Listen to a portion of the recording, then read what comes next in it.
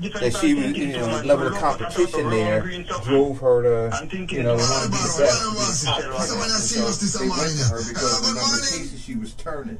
Oh, so she was ruining lives. Yeah. That's what she was doing. Hello. Yeah, good morning, boss. How you doing? Anybody say Spring Valley? All set. Yeah. Locust and stinking to the same thing because you think it, we call it locust. Our current time, Blast Radio 94.3. Reggae, dancehall, soca, hip hop and R&B, African. You know, the beautiful disco. Thing is, man, 10 o'clock every day. I'm telling you, oldies but goodies. Hi, this is Jenkins. We're bridging the gap. Seriously. Blast Radio 94.3 Jersey. Sing it, representing the color heritage. Represent the heritage. Marcus Cave family. Color heritage family. Fashion with culture. Baba Shanti.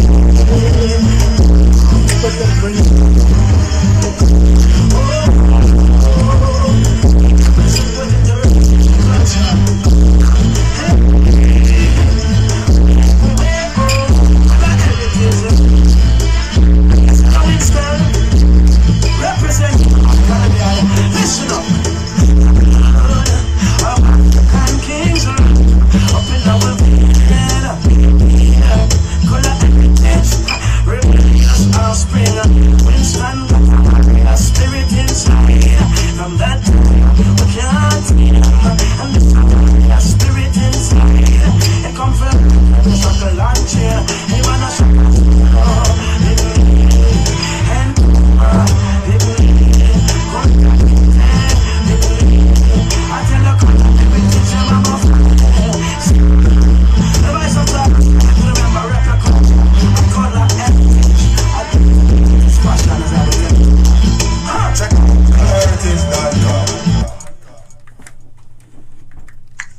Know what I am doing? Downloading the Western Union app. I need to send money to my auntie in Nigeria.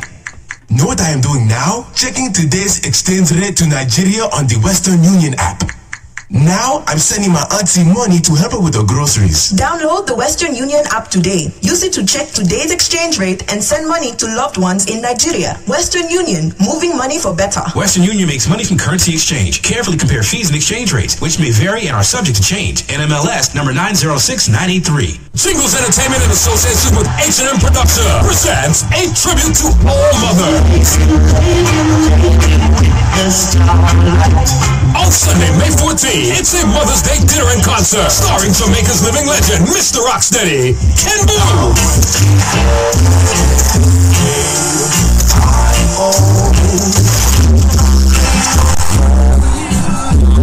Along with Jamaica's singing sensation, Go! It's a tribute to all mothers. On Sunday, May 14th, Mother's Day. It's a Mother's Day dinner and concert at Club Eclipse, 247 Fabian Place in Newark. It's a Mother's Day dinner and concert starring Jamaica's living legend, Ken Boo. Jamaica's singing sensation Goes. Also performing Jeffrey Smith and New Jersey's own Patrick Irie with MCs Greg and Lady D. Music by Unity Music, DJ Printo, DJ Jason, and DJ Earl. Dinner is served from 6 p.m. until 8 p.m. Showtime is at 8 p.m. sharp. Early bird tickets are available now for $40. In Somerset at the Island Breeze Restaurant. In Teaneck at A Taste of Island Spice. In Newark at Tastings Restaurant. In Patterson at L&A Restaurant. And Golden Cross. In Orange at Unisex America. In East Orange at Tropical Flavors. And People's Choice Restaurant. And Michelle Restaurants in Irvington. Don't miss Mother's Day dinner and concert. Sunday, May 14th, Mother's Day. Starring Jamaica's living legend, Mr. Rocksteady, Ken Boo. Say that to you.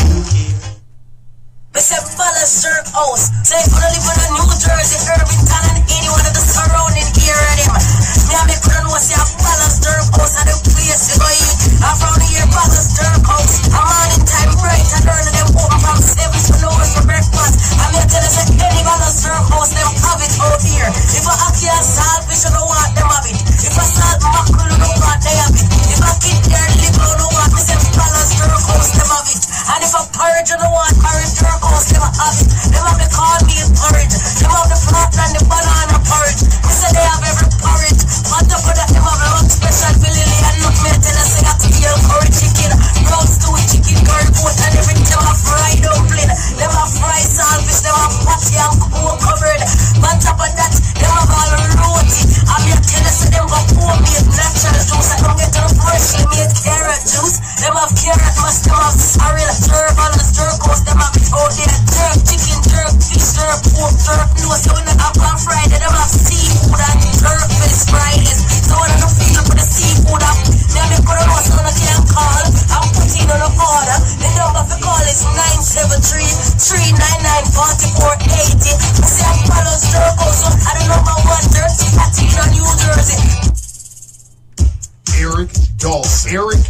Dawson. Mornings at 10 o'clock. Hey, bro, you're doing a great job. Love listening to you. On 94.3. Splash Radio. For the most authentic Caribbean food in town, check out Sunsplash Caribbean Bakery and Restaurant. They got the natural organic juice bar that'll get your day started right. Like the Power Punch, the Big Juice, the Mega Green, Roots like the Immortal and the Resurrection. And peep this, they have an extended bakery department that whips up my favorite, the hot hardo breads. White or wheat, that's your choice. If you're feeling hungry, just grab a bite. Jamaican party like all our veggies.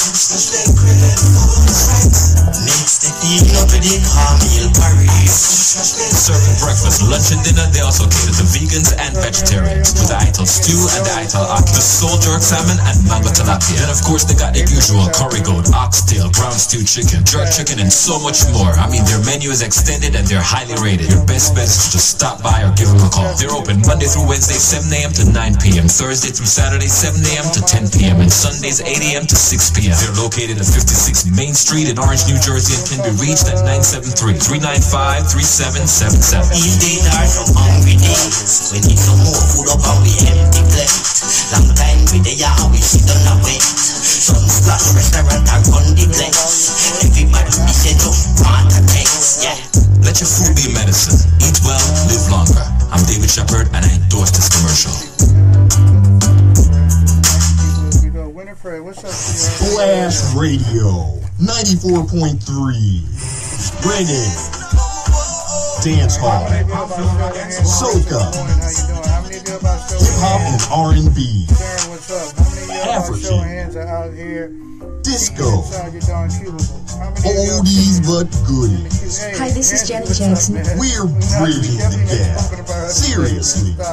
Splash Radio 94.3 New Jersey. How many of y'all snuck away to the bathroom or to the cubicle to listen in today, huh? Yes, ladies and gentlemen, this is yours truly, Pastor Powell from the New Dimension Pentecostal Ministries, located at 6 Southern Avenue in East Arlington, New Jersey. Yes, I am inviting you to join me each and every Sunday morning from 5 a.m. until 9 a.m.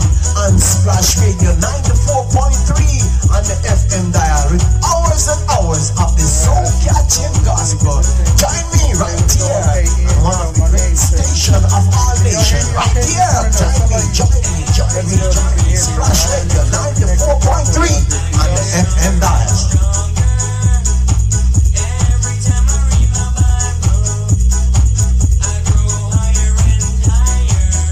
Well, I don't know, so Mr. J represent for 94.3 FM Splash Radio. We don't splash out the music on them. Initialize sequence. Hey, what's up, Vaughn, baby girl? How you doing?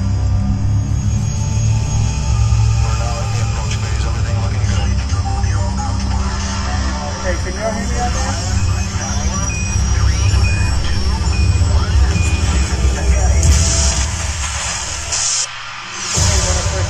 Ahem. Your attention, please. This is no ordinary show. Covering news and information for Essex County, New Jersey, and beyond. This is the Eric Dawson Radio Show. Broadcasting from 94.3 Splash Radio. Now, here's your host, giving it to you like only he can. It's Eric Dawson.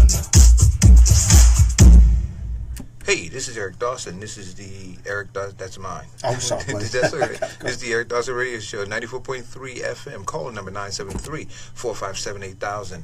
973-457-8000. Just touching stuff. You don't even know what you're doing. Well, yeah. You just touching stuff. That was mine. That was mine. This is mine. This is yours. Oh, this is yours. See what I'm talking about? This is why we just don't invite just anybody up in here. Hey, man. But this is the Eric Dawson Radio Show, 94.3 FM.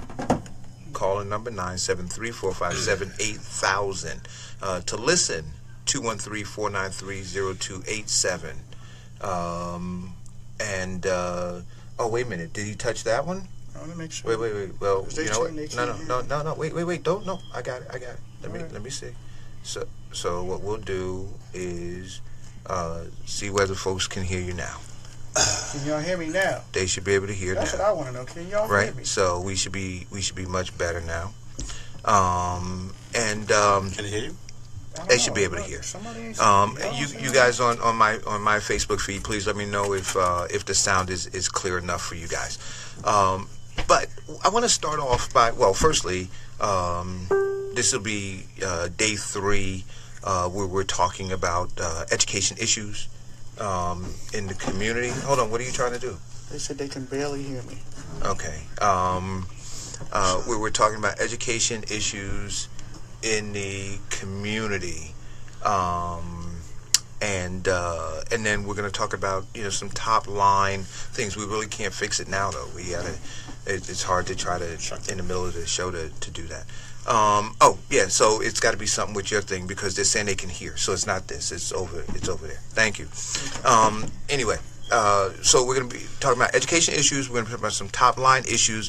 But I want to welcome you guys, and as always, the first thing I'm going to ask you to do is share. Please share this broadcast, and then we'll move on from there. The other thing I want to say, welcome back again to Kevin Jenkins. Thank you. Kevin's here with us every Monday, but he has taken out of his schedule to be a part of this Education Wednesday conversation. And then Ian, co-hosts on Thursdays and Fridays, and so we'll be talking about some additional things as well. But before we start, guys, I want to say I saw a post by somebody in a thread of mine where they said, wow, this is really great conversation that you're having. You really need to invite parents on. I said, well, wait a minute. I said, every single day, at the beginning of the show, I give a call-in number. Like literally. And we're on every day starting at 10 o'clock. And nobody's excluded. So if you believe that parents need to be here, there's an open invitation. They don't have to be hand-delivered an invitation to come on. In fact, they should be kicking down the door to get into this studio. They should be blowing up the phones to get on air so that they could put on blast all of the people who are disenfranchising their children. You're right. I think that would be a great opportunity for them to speak about what's going to impact them. Right. So don't wait for me to give you a personal invitation to call in on the show. Well, tell the people that are listening they can call parents and they can call in. Call your parents. In other words, this is public and free. This is public and free. Okay, just checking. Just making sure. I mean, dude, so it's PBS extra. PBS extra. That's right. So listen. So are we gonna start with you want to start with the top line headline issues first? Yeah, let's do it. Okay, let's do that. Well, what's more top than Bill O'Reilly? If you want to start, at the top issue, is there anything more top than Bill O'Reilly? All right, so we'll have the conversation with Bill O'Reilly. $500 million that he was earning for Fox News. I mean, that's what he was bringing in terms of advertising revenue. Right.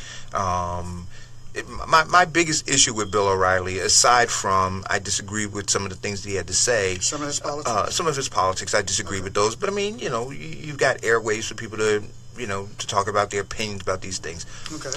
But what I took issue with was that he came out vehemently against Bill Cosby. Right? I mean, literally, he raked Bill Cosby over the coals. Well, yes, he did. But let's just but before we get there, let's talk about the firing. The reason why a lot of people don't understand. Let's watch this firing. Are there people who don't know why he was fired? All right. He was fired. Advertisers started pulling away. But more so than just the advertisers here, there's a pending deal that 21st Century Fox, which is Fox News and all the other entities related, are pending to purchase a big network in Sky News in London. Right. So that's a $14 billion deal. They're not trying to have this thing mess up that $14.1 billion deal. So Mr. Bill O'Reilly, they just, for right now, until that deal gets out the way, they're going to push, Mr. Bill O'Reilly chill on the sideline. But all I'm saying is that once that deal is done, be watchful. It's my opinion that he's going to be on some network somewhere affiliated with Fox. He may be. But just like, what's the guy's name who was doing radio, who called the Rutgers basketball players nappy-headed hoes? Yes. Right? They kicked him. Imus, right. He's going to have a home. Dude, right? No, he does have a home. Mm-hmm. And he's doing better than he was doing on 77. Well, I think that Ian is right. This is about a bigger deal, and this is the second time that this deal had the possibility of being derailed. I think there's a new culture. The sons, Murdoch boys, are, they're global citizens. They're married to very powerful women. And, no man wants to go home and hear about the fact that they got this bigot and racist and this misogynistic man on TV. Not only is he bashing women of color and bashing, women across the board, but he's inside their company doing it. And I think the Sons and Murdoch, based on this Sky deal that they're doing in London, had a lot to do with it. So do you think, you're absolutely right about but that. You just tied morals into it. Do you think morals really had anything to do with it? Well, wait a minute. Listen, I didn't say morals that they didn't like. I'm just saying that there's a couple of things that occurred. I'm just giving my opinion. Oh, no. I think that the two young men that are running the company now, right? They're global citizens. Their relationships to the world are different than their dads, and they come to the table with a different level of sensitivities. And if you've been following the Murdoch transition in power, you can see that there's some changes, because Roger Ailes would have never left if those sons weren't really having a deeper conversation with the father and the board over the last several months. And it's a spiraling effect that you see. And I think those two young men have a lot to do with it. On top of the Sky purchase in London, on top of, this continued human cry from the advertisers and women in the country that they want this guy off the air. So a couple of years ago, this would have never happened. Would never have happened. So there's something happening inside the organization, the company, culturally, that leads to the father Murdoch to make that decision. Now, the father Murdoch, if you read all of the stuff that you've been reading in the last couple of days, he wasn't for it at first. Right. He was not. He's like, listen, this has got nothing to do with business. These advertisers will come back, But I think the sons and some of the other people inside the family that have grown up differently than the dad are saying, like, listen, okay, that's fine, but we've just gone through this on the hacking issue several years ago, and now we're dealing with this whole issue about this misogynistic, racist, and bigot, and the advertisers are pulling back, but it's going to impact the bigger deal that Ian said, and that could not have happened if culturally those two boys and other family members were not engaged at the level that they are. Well, I'm not sure if it's culturally because of the boys or because of outside pressure that's being put on, because there's actually a lot of movements in Europe and other places about the world that are against this purchase and merger itself. So I think the pressures, and these guys aren't morally sound to have, for us to allow this deal to happen because of the fact that look at what's going on culturally over there in Fox. I mean, Bill O'Reilly's not the first and only one that they've had issue with the allegations of sexual harassment. There's been a long time culture about that. So the association with that culture and coming over there is an issue, and a lot of the protest movements going on out there. One beginning with an O in particular is very large. I can't remember the name. They've been out there, pointing that out, and it's hard to. So you guys suggesting that there's a seismic shift now over at Fox News, and that these guys culturally not based on morals and culture. I think based on me more so. I think it's more based on the economic or the pending purchase or denial of purchase of that company. That's forcing them to accelerate the fact that they need to separate themselves from Mr. Bill O'Reilly and all the shenanigans, so that they're not associated, and they can say, "See, we heard the cries. We're not for this type of culture, which is why we let him go. So please allow us to make this purchase." Well, I've been following the Murdoch family for a long time, with all of the acquisitions in this country and all of the stuff that they've been doing in Europe. And I mean, this guy, he really doesn't care about any of those things, all of the above. I believe that, but I do believe there's a cultural shift that's happening in the country, in the company. And I think all of the above, everything you're saying, is factored in. But I think that those sons and the daughter have been really pushing. They're looking at things slightly differently than the dad, which is normal. It's pretty common for that kind of stuff to happen. But I've been following this family for a long time, and this is their second hit at the Sky Company. I think you're absolutely right about that. That's the second time. Exactly. But I think that those sons, those two boys, are they're less tolerant of that than the father was. But I want to ask you, speaking of hit, but let's keep in mind, up until this point, both Fox and Bill O'Reilly had already paid $13 million because of the allegations. Now, $13 million by comparison to what they were making from the advertising, that was just a drop in the bucket. That's not a big deal. But now when you look at his salary by comparison to the $14 billion deal, that's also a drop in the bucket, and it's not worth it to them value-wise to say it's worth to keep you on in spite of the fact that you have the #1 show, et cetera, so on, because your negative press currently is going to affect, for a second time that we've been trying to do for a long time, and trust and believe, they put a lot of money into making this deal happen, with all the other behind the door, whatever. I think something greater came out of this, too. I agree with all of that. I mean, but there's something greater came out of this. The whole social media movement, the whole social media part of it, I think we might miss. We should talk about that, because the women and people around the world, from a social media perspective, really got engaged in this. Yes, they did. And that was a big deal. We shouldn't take that lightly. But they're getting engaged in more and more social issues. Right, absolutely. And I think that pressure, the pressure of that is incredible. But here's what I want to ask you. This is if you look at it as an album, right? You got an A side and a B side. Is the hit of this album the whole Bill O'Reilly thing? Or are we missing what's on the B side, which is that our president came out and said he did nothing wrong? All right, now, okay. He came out and said he should have fought this. He did absolutely nothing wrong. And I was listening to somebody say, they said, well, here's a guy who doesn't believe that what he did was wrong.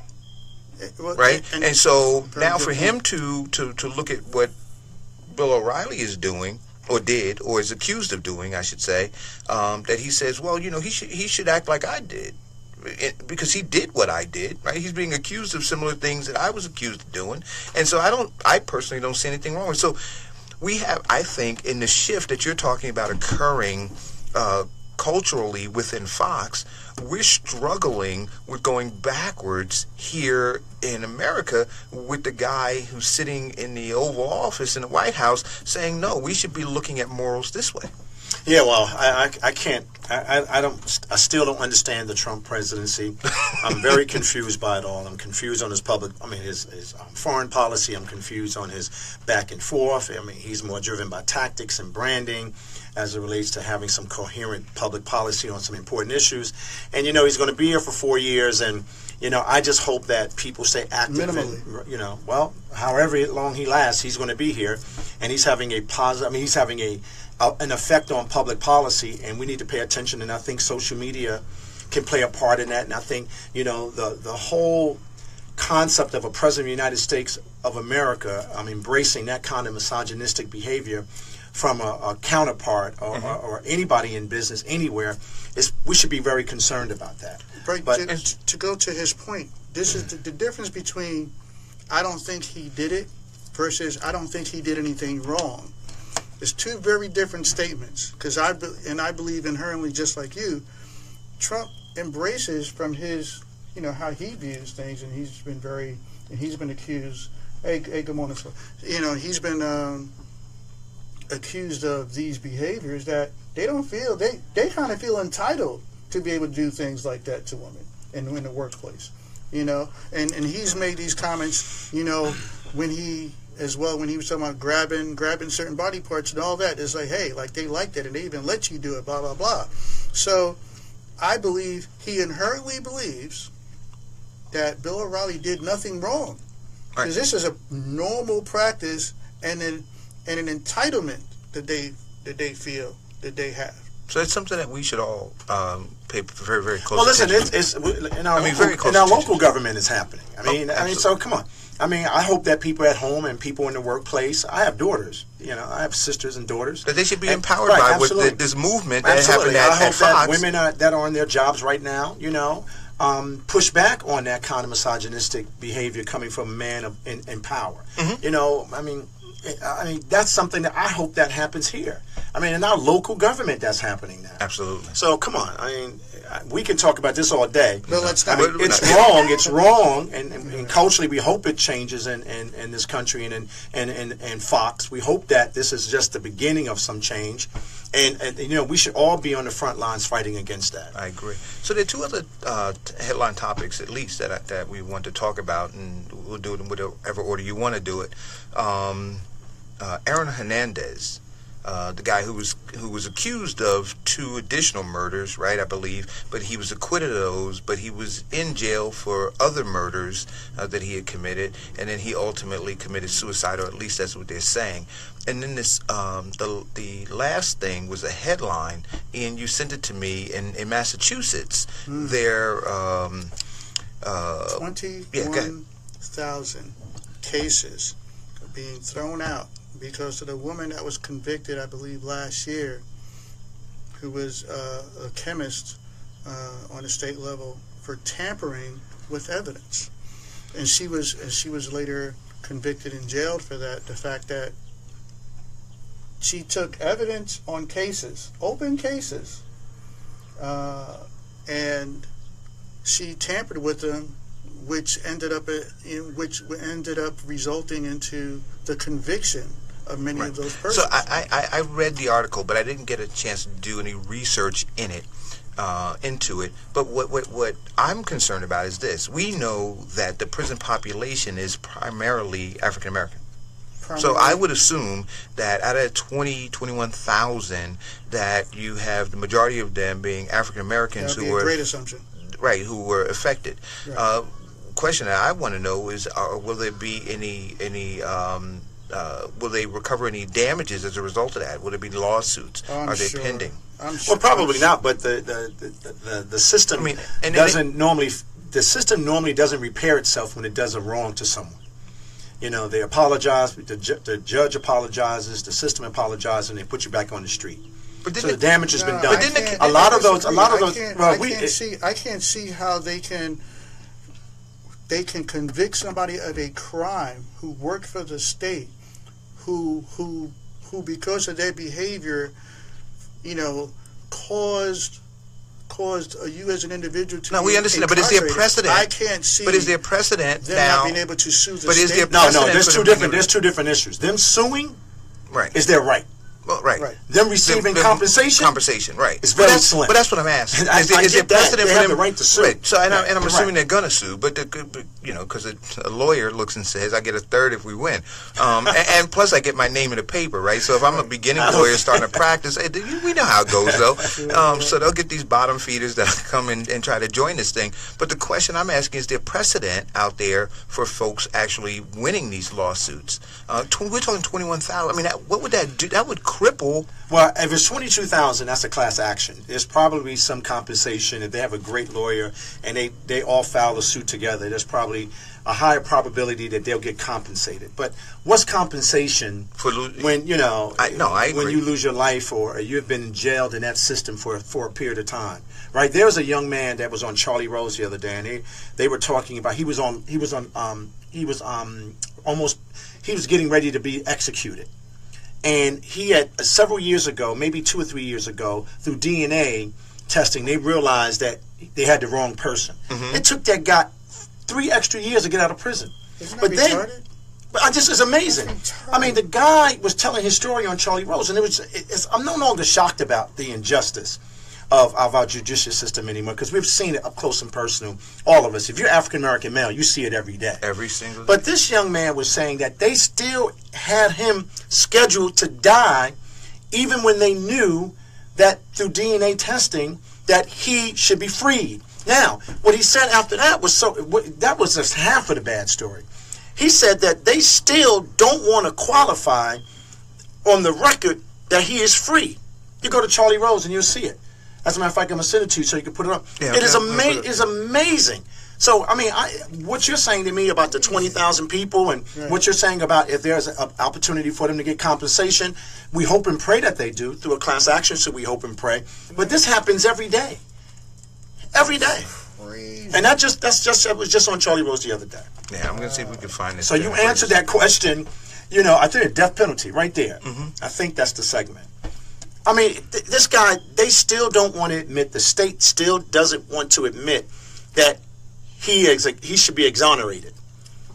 I mean, that's incredible. And so now they're going to have to untangle 21 or 22,000 of these cases. And we've seen that happen. Until DNA testing, men were staying behind prison, staying in prison for things that they have not done. You know, one of the things, I can't tell you who this friend is, but we always talk about it all the time. He said for years, when he heard that people got locked up for a crime, he always said, well, they must have did the crime. Right. Now that he has been convicted, he was like, Kevin, I didn't do it. I mean, he said, now I understand when I was saying all those years how wrong I was. You know, and that happens all the time. I can leave out of here right now and get in the car, drive down the street, an overzealous cop, got a second grade education, will pull me over, and I can have a conversation with him and say, officer, why you pull me over? Don't you dare speak to me that way. Absolutely right. And lock me up, bust me in my head, and they'll tell people that I resisted arrest, and then you know what'll happen? Majority of the people in Newark said, well, Kevin probably did say something nasty to the guy. Right. No. You know, I mean, that's we accept the we criminalize our own selves. We do. And so, I want to continue to follow this case and find out how these 22,000 people fare out. But there are a couple. There are going to be 22,000 people put on the street without a job, without any support system to help them. So there'll be 22,000 homeless people on the street, no support. Listen, if you got a felony, or if you have a felony conviction, you can't live in public housing. If you have a felony conviction, you can't have a bank account, basically. I mean, it's like we just set this system up where it's like slavery by another name. So now you're talking about 22,000 people that really don't have a safety net. Right. Yeah. So that's the issue for me. I mean, I hope they should take those 22,000 and add that up to her sentencing for 22 years. Yeah. Well, that's not happening. How much time did she get? I mean. Very little time. Yeah, very little time. That's crazy, man. Yeah, so. But you know what? The other sad fact, and we're talking about DNA only, is that only 5 to 10% of all cases require DNA evidence for their particular case. So now we're talking about wrongfully convicted people that we're turning over due to DNA evidence. What about wrongfully convicted people, the larger percentage that are potentially there? That we're talking about, within the other 90. Within the other 90 percentile, that DNA wasn't a requirement for conviction. And a lot of other types of cases. So that's, we're talking about eyewitness testimony, which have been proven to be faulty at times and things of that nature. So I mean, it's really something we really need to reevaluate. Is our criminal management system. Well, I hope she gets 22 years with 22,000 people. I think she should. I agree with you on that one, man. Yeah. And now see, and I'm gonna catch it. Okay, here we go. Because Ian knows I'm good for one every show. I apologize in advance, people. I got to deal with this. He's setting it up. Go right ahead.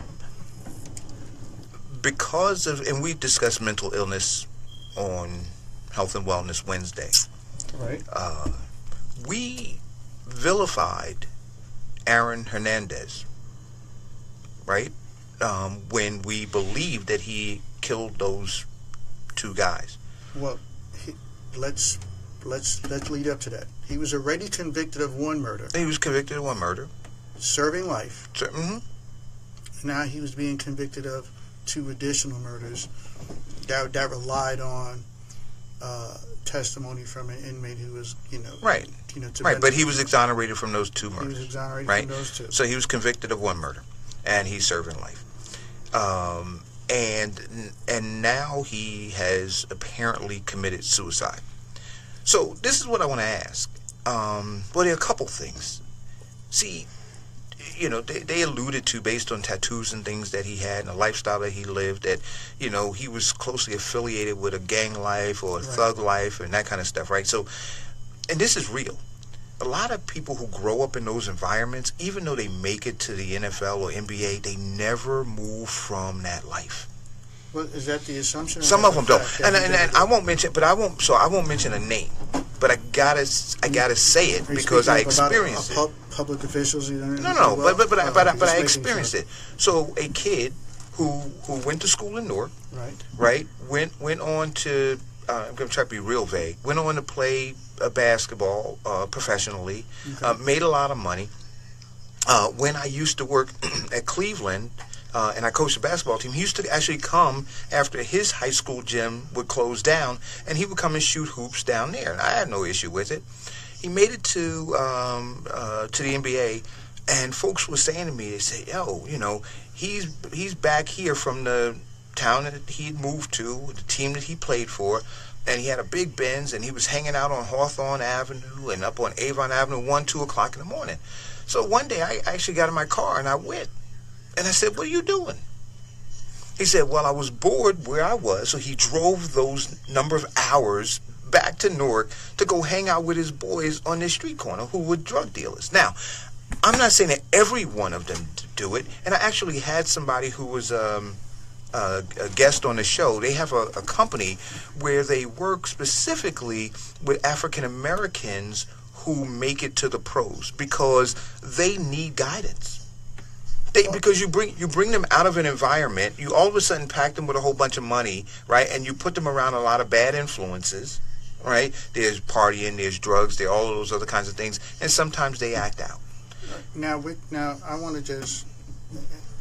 He went back to a more familiar environment. Was he doing anything wrong, or was he just hanging with familiar people? Because what happens sometimes when you get to a certain level of fame and whatnot is that you get around, that you end up being surrounded by so many people who just cater and pamper you in a certain kind of way, and they're not really being authentic.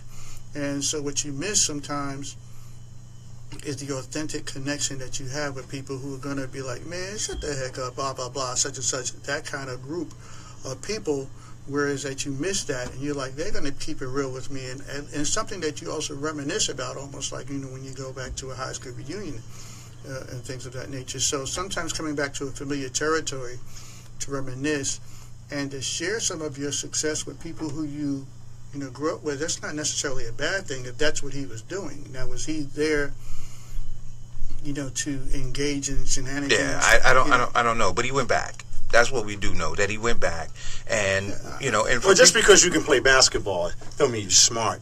Just because you play basketball or you've gotten a great opportunity doesn't mean that you understand the seriousness of it. And there's a lot of young guys that get selected to play in professional sports that, you know, that aren't really sophisticated about how they spend their money. I think the NFL, the NBA, and a lot of those guys, they do a poor job. A lot of African Americans that have been in the game have been having that discussion for the last several years. I mean, there was just a special on TV several years ago about some of the top athletes that are left broke. You know, that happens. I said, but this guy you're talking about, he was a predator. No. This guy was a predator. But now I want to give you the second piece of this. I want to give you the second piece of this, and then we'll talk about it. So now he's a football player.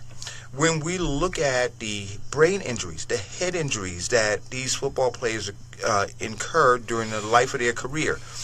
So now I'm looking at the end of his life where he committed suicide. And so we talk about Junior Seau, who committed suicide. We talk about some of the other ones who have committed suicide because of concussions that went undetected. I am very curious, before I'm ready to pass any major judgment on him, for an autopsy of his brain in particular, to see where he was in the overall scheme of this issue, this head injury impact issue that is going on, that the NFL has been trying to sweep under the rug. So I'm not saying that he didn't have predatory behavior, right? I'm not saying even that he didn't kill the person that he was convicted of killing, and he may have in fact killed the people that he got off from killing. I'm saying that now that he has committed suicide, and I now tie that into the fact that, you know, he was a high level player in the NFL, and I see that there's a history of suicide in the NFL and concussion, brain injuries in the NFL. I'm curious to see whether there's a tie there. So that's a stretch. I'm sorry. I know, but that's a hell of a stretch. But let me just say, we got to have that conversation. I have no problem. You know what? That is a serious issue. They should do that, and I hope, you know, his family allows those scientists to look at his brain. But this guy just signed a $40 million contract. Yeah. This guy just signed a $40 million contract. He had a great season. Things were looking up for him. He just had a baby. Right, but he just couldn't detach from his criminal behavior, right? So he paid for that. He could have gone anywhere in the world. He just signed a $40 million contract. He was one of the top teams in the country. He was that team invested a lot of money in that guy. And what did he do with his time? He brought people over his house, smoked a little weed, got chaotic, got messy, and he killed someone. He was accused of killing someone. He was convicted of killing someone. He could have been doing anything in the world at that time with a $40 million contract. But that's what he was spending his time doing. So let's hope and pray that he had some mental illness to display why he was doing what he was doing. But he had a choice. He had a choice. But the question is, so here's the study. He just signed a $40 million contract. I get that he signed that, but it says that 96% of former NFL players had CTE. Okay, well, I can believe that too. But that's huge. So you can't detach that statistic from behavioral patterns? Yeah, I can. I can. Until we identify that he has what? CTE. CTE. So it says 96% of athletes. Until we figure that out, he was a predator.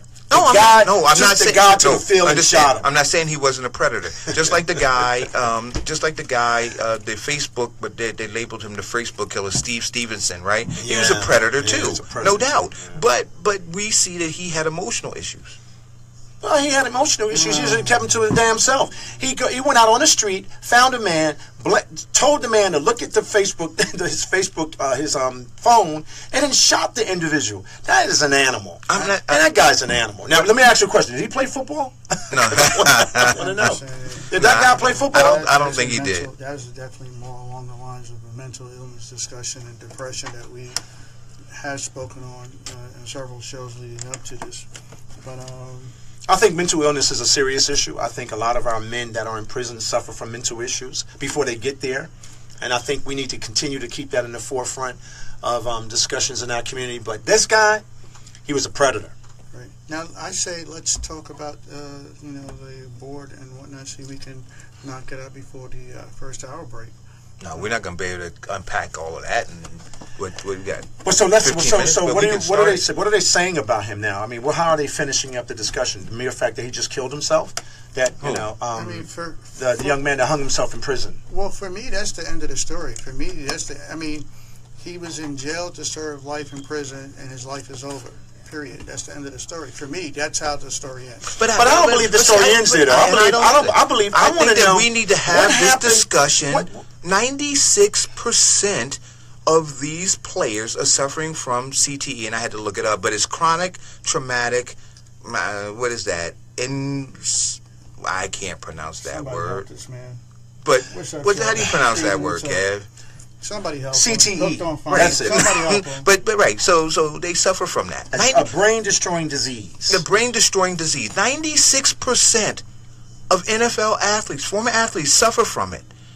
You can't tell until you do an autopsy whether the person had it. Well, we're not disqualified. We're not disqualified. And so I'm not saying that he didn't do everything that we say he did. So all I'm saying is that the conversation doesn't end there. But I'm saying the conversation doesn't end with him hanging himself. The conversation to me has to go now back to the NFL, certainly after an autopsy, right? If he's lumped into this 96%, then we need to go back to the NFL and we need to revisit this whole idea of this savage, what I consider to be a savage sport, a blood sport of sorts, where people gather by the tens of thousands to watch the big hit and to watch people dazed. And we call it, your bell got rung, you were dazed. But these guys now wind up permanently injured. That's where the conversation has to go. And then some of them wind up committing suicide, like this guy might have done, as a result of CTE. Well, I'm not sure if it was a result of CTE or the result of his current circumstance, or the fact that, yes, I won the trial, but I'm still never going home again. I think the guy got up in the morning, looked out of that little window and said, I am not spending the rest of my life up in here. I'm out. And kept it moving. That's what I think. Now, that's not to suggest that he was not impacted by CTE, because I think if you play football long enough, whoever you are, you're going to be impacted by that, taking those blows. And the concussion, how they've been talking about concussions for the last decade, I've learned a lot. I played football for years. So, I mean, any one of us at any given time that played the sport can be suffering from that without us even being aware of it.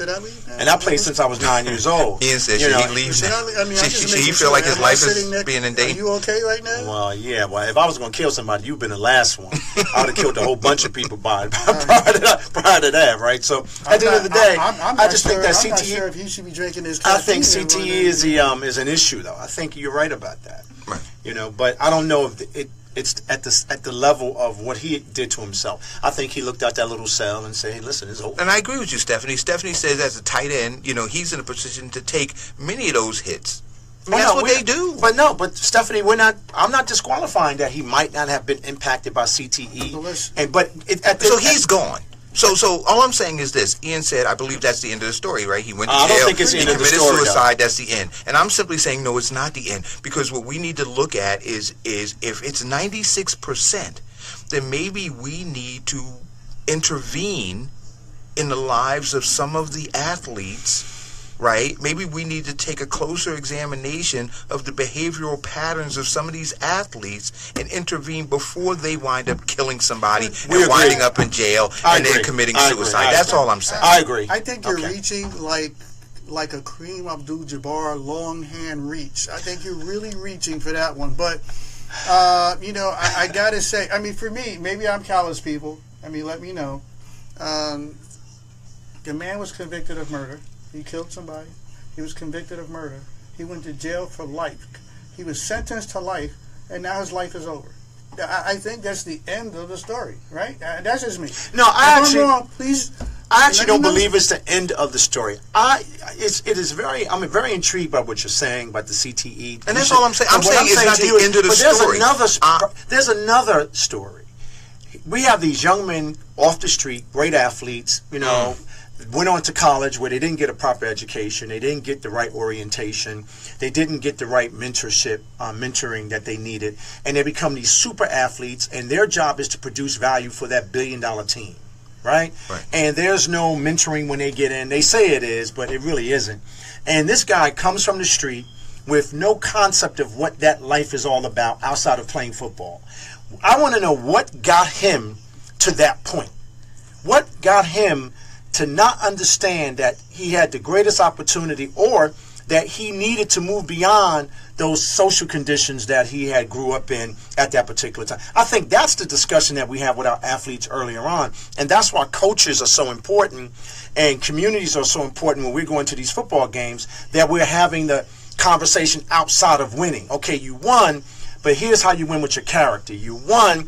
This is how you win with educating yourself. You won, but this is how you take advantage of this great opportunity. I don't think the story is over, because we're going to see this over and over and over and over and over again. So, I mean, we have to take more responsibility of that process, and when those kids get there, that they'll be prepared to be managed different. Okay. So that's what I'm saying. All right. Well, being that we're not going to touch any other thing, we're going to leave that for the second hour. I would say let's talk about, in continuation, where we were talking about with the wrongful convictions that's being overturned, and we talk about the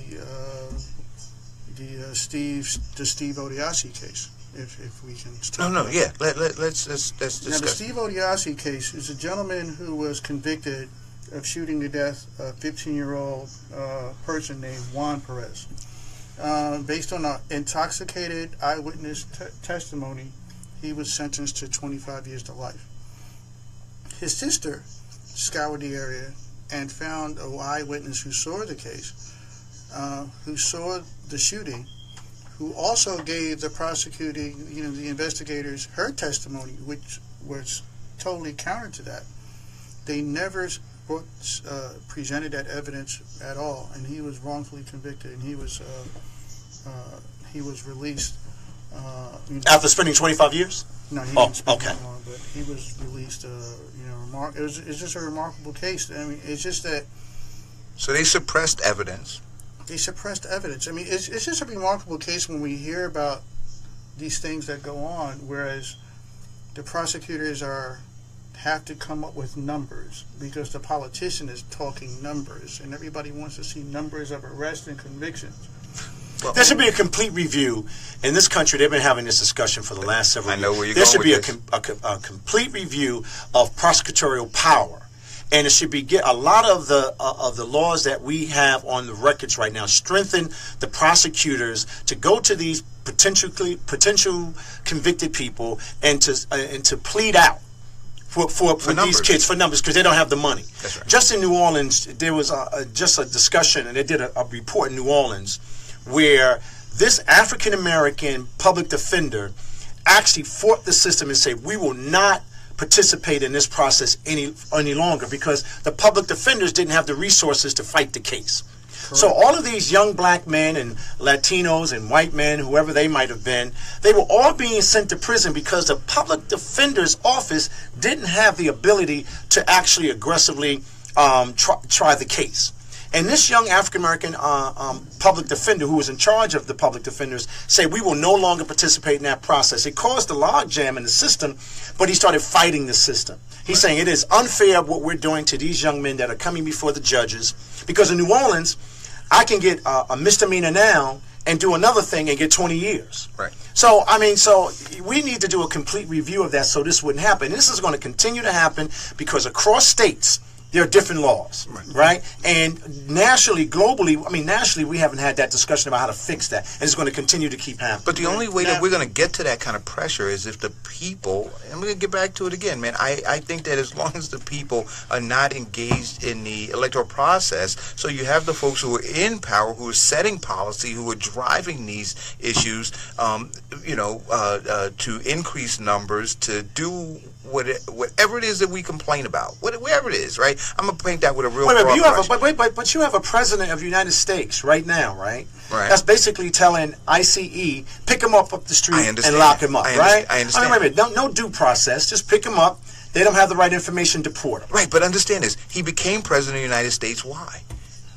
Why? Why? There's a number of reasons. Why? Why? I mean, he wanted the middle America wanted to make America great again, and that's by putting us back on the plantation. I mean, come on, you kidding me, man? I mean, really serious? You ask me a question? No, let me ask you this. But at the end of the day, I mean, I gotta try to keep these guys on top. There's a number of reasons. I gotta deal with? Well, we're on time, but there's a number. This is a serious issue. No, but this is on topic because it has to do not only with once we mention the issue, but how do we get beyond it, right? So yeah, this is happening. What happened to him isn't strange in our country. It's happening. No, but I just want to let the listeners know, in addition to what happened with him, even though they released him, the prosecutors refused to overturn the murder conviction. I understand. Right. They refused to overturn his conviction. Right. That's another thing that happened. Right. So which means he's still on record convicted of this murder. Right. Okay. So that's another ridiculous thing that happened. And even though it's assumed that they're not going to choose to try to. But the question that I'm going to still ask, no matter what you say here, what are we going to do about it? So you can list all of those things. At the end of the day, once the listeners hear it, the question is, what are you now going to do about it? We can pull headline after headline after headline of African American, being wrongly accused or being railroaded or whatever. But when we're done with that, what do we do? I think there are African American bar associations all across the country, nationally, regionally, and locally, and they have been addressing this issue. I think individually, like the young man that was head of the public defenders department in Louisiana. The mere fact that we're talking about this. How many people are rallying for him? Where's Black Lives Matter? See, that's where I'm getting to, Ian. So I'm on topic. So that happened, but where's Black Lives Matter? Where are any black leaders? Where are they in defense of this guy? Well, let's be in fairness. Let's talk about the information and who has the power of the information and the control of the information. Of what information? Whereas this information that I presented to you, right? Last night, were you aware of it? And if not, how is it that we're not aware, that not getting these informations because there are certain people in charge of the information, and or how it's disseminated, and or how quickly it's disseminated. Similarly to how long. When did that happen? When did that occur? A couple of years. This happened about 6. He served 6 years. Right. He was convicted in the Bronx. He served 6 years of his 25-year sentence in the Bronx. Yeah. Right. So let's look at the black leadership let's look at the elected black leadership that's in New York, in particular in the Bronx. Well, we just lost one of our greatest advocates about the issue you're talking about. A young man that was the Attorney General in New York City. I think it was he was out of Brooklyn. He died of cancer. This guy was in the forefront. And I need to remember his name. I just can't remember. But this guy just died of cancer several months ago, and they just did a big article on him, I think in the New York Times magazine. But he was in the forefront of this kind of discussion. He was pushing back, and he was using the system. He was using his power in the system to overturn a lot of convictions that were wrongfully given to people. I mean, this guy had his zealousness about it.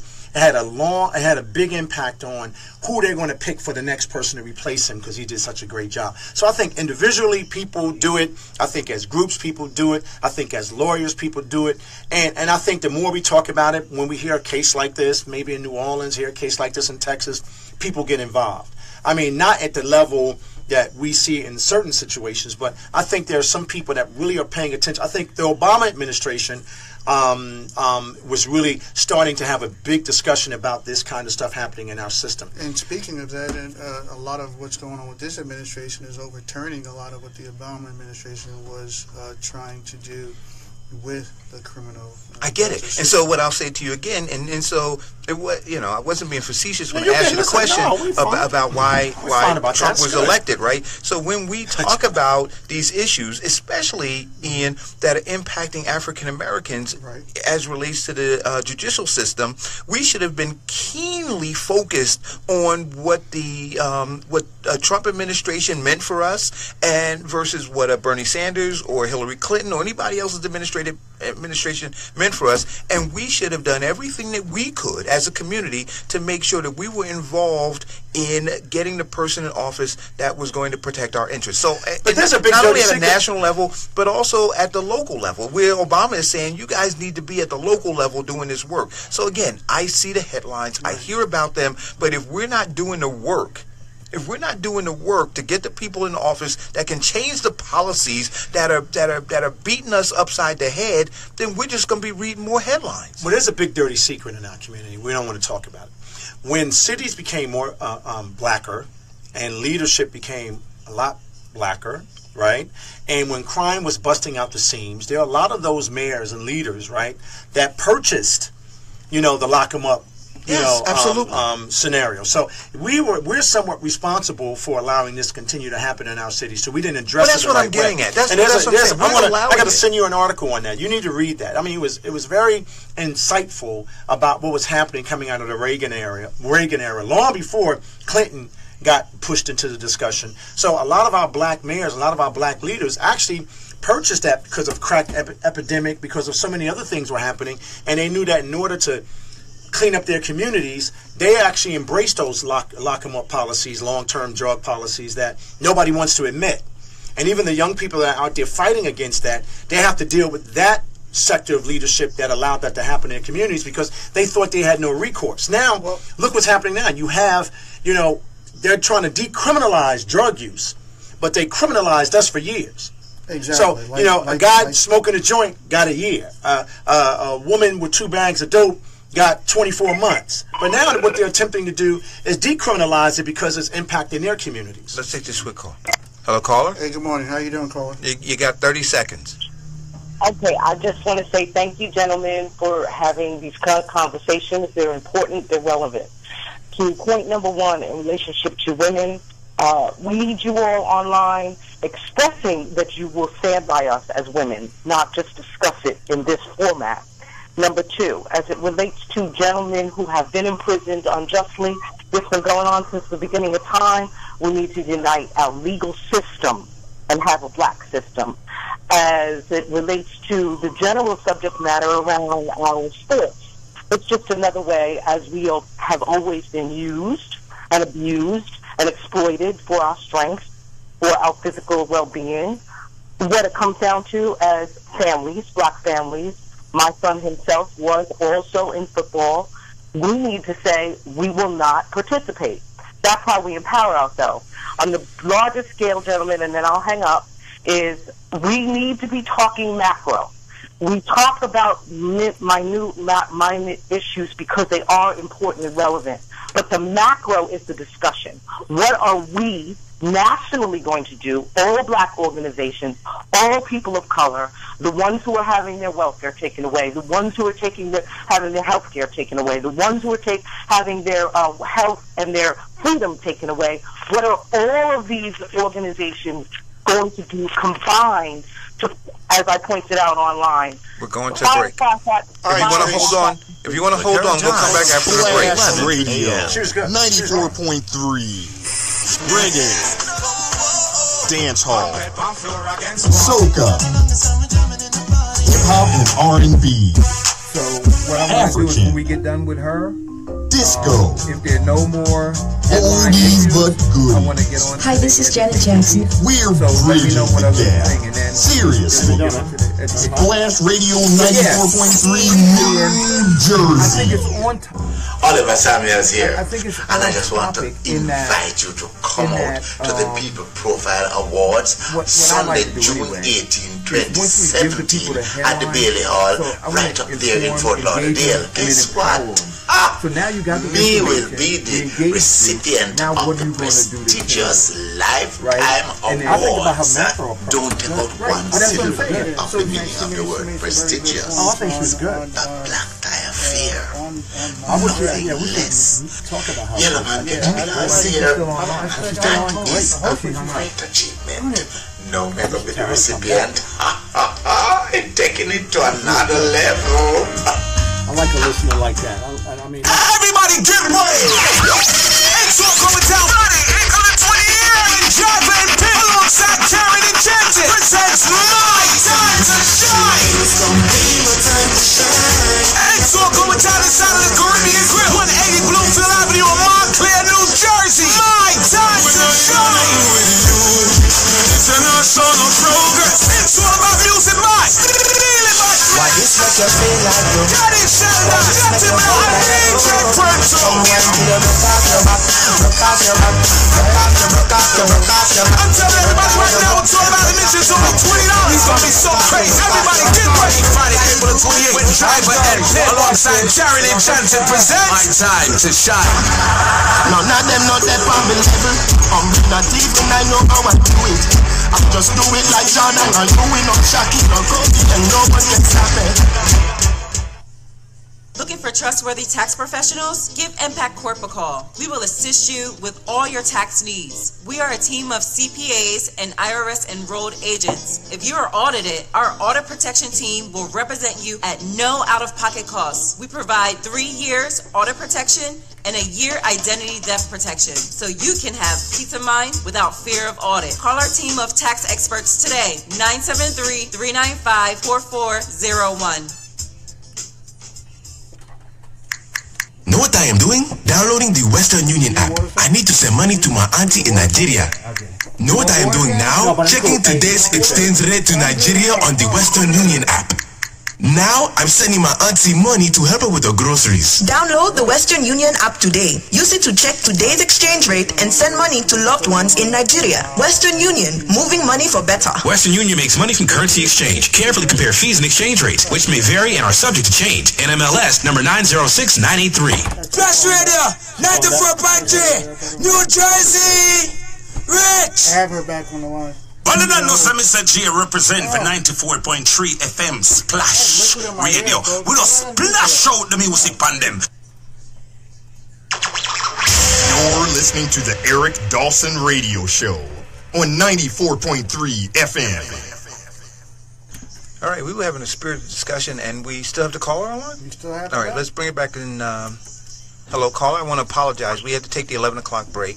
Yes. But allow you to finish your statement. And as before you continue, please please give us your name, Sharice, and turn off the background. Yeah, you have to turn off the background. Hold on, please. No, she's good. She's good. No, she's good. I just want to make sure the other. Hello, caller. Hi, how are you? This is Sharice again. Yes, that's right. One of my friends on Facebook following me. She came through. Talk to him, Sharice. Talk about that macro. Well, talk. Listen. I go way back with our history. I used to sell African American history to our school systems. I used to be involved in, the historical content of it with children. Ultimately, we can continue to talk about the same subjects over and over again. But what I'm not seeing is a shift in our consciousness in how we are making a decision to really unite as a culture, as a race. We are in a position to go back to the Black Wall Street. We're in a position now to say, look, we're going to rebuild ourselves stronger, united as people of color. I see a lot of divide continually taking place, a lot of discussion, a lot of debate about these micro issues, which are very relevant. They affect my children. They affect the future of my potential grandchildren. I'm not negating that they're not important. What I am saying is that I continue to see many of us hide on Facebook when it comes to relevant subjects, for whether it's fear, concern about professional consequences or what have you. That in and of itself speaks to where we are not as a race and as a culture. And in addition to that, as it relates to the laws, we incarcerate more than any other country in the world. We've been talking about this for a long time now.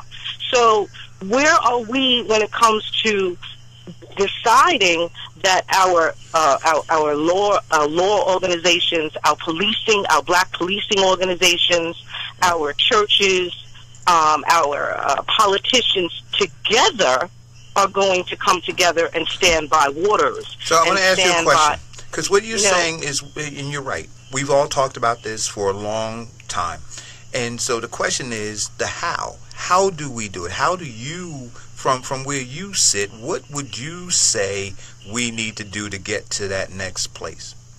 Well, I personally, every time I'm in the community, every time I'm doing something, and I walk up to what I call a soldier, okay, there are plenty of soldiers in our community. There are plenty of us. The problem is they're all fighting the war individually. And I keep telling every single one of those soldiers that has their own nonprofit or has their own group or has their own initiative, why is it that you're not partnering with the rest in the community? Okay, well, one theory I have in my observation is that we do better divided because then we're fighting for the same resources, which is, again, something that was created by the dominant ideology. As long as we're pitted against each other for resources, we don't come together and think about what the solutions are going to be. Okay? I, for one, have observed that, having been entrenched in places like Newark, watching our people in power, watching them vying for positions, and then deciding that when they do have the financial power, they're going to disperse according to who their best friends are instead of what the greater good is for all. Okay, so we have a mental shift that we have to make. That's number one. And that goes back to us in forums like this, discussing what that mental shift in consciousness has to be as people of color.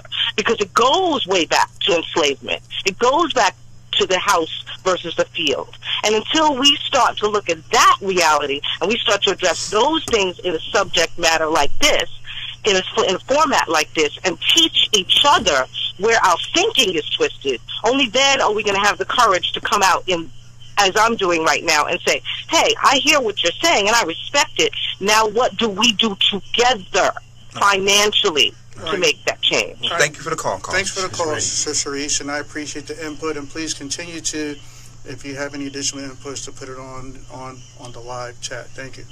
So let's spend about 10 minutes unpacking that.